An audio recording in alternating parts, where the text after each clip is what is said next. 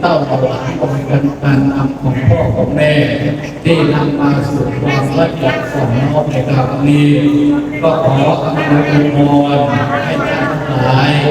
ที่มีบุญในครั้งนี้จงได้รับบุญสมความตั้งใจบุญคือความเต็มใจบุญคือความตั้งใจบุญคือการเจตนาเจตนาเป็นตัวบุญเจตนาเป็นตัวบาปเจตนาตั้งใจทำบุญคือได้บุญเจตนาตั้งใจทำบาปต้องได้บาปเพราะฉะนั้นบุญกับบาปคือเป็นตัวเจตนาตัวบุญเป็นอย่างไรตัวบุญคือตัวเจตนาตัวบาปเป็นตัวอย่างไร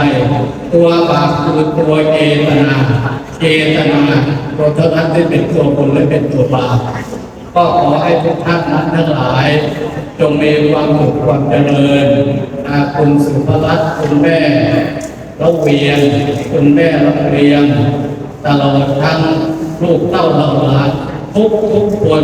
นามสกุลปกปิดนามสกุลปกปิดแล้วก็ลูกหลานของแม่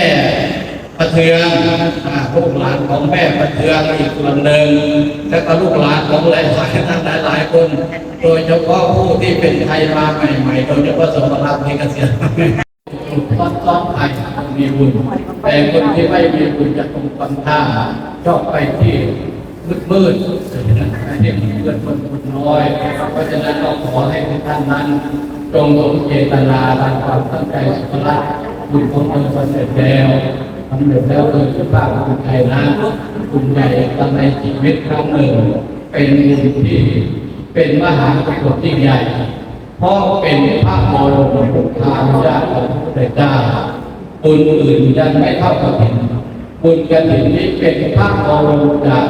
ออกจากโอษจากข้าวายจากของพระพุทธเจ้าอนุญาตให้นางวิสาขาให้นางวิ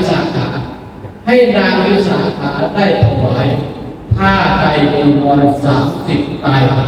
30 ไตรต่อพระภิกษุ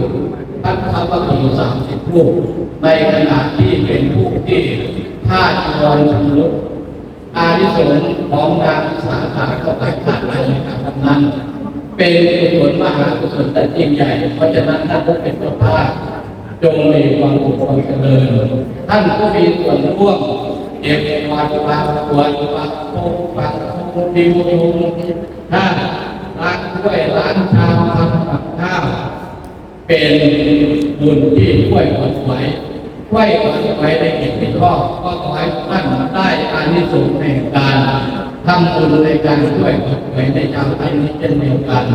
อาตมาภาพของโมทนากุศลเป็นอย่างยิ่งท่านเลิกคิดปรารถนาสิ่งใดนี้ถ้าไม่ได้ในวันพรุ่งนี้ก็ขอให้ได้ในสัมปรายภพใส่ภายภาคหน้าบุญกุศลส่วนนี้น้อมนำหนุนนำให้ท่านพ้นจากความทุกข์สู่โลกไปได้เก็บจากให้อย่างรวยแต่เดินด้วยอายุวันหน้าสุขภาพปฏิภาณธนาคารทุกฝักทุกวันหน้าการทุก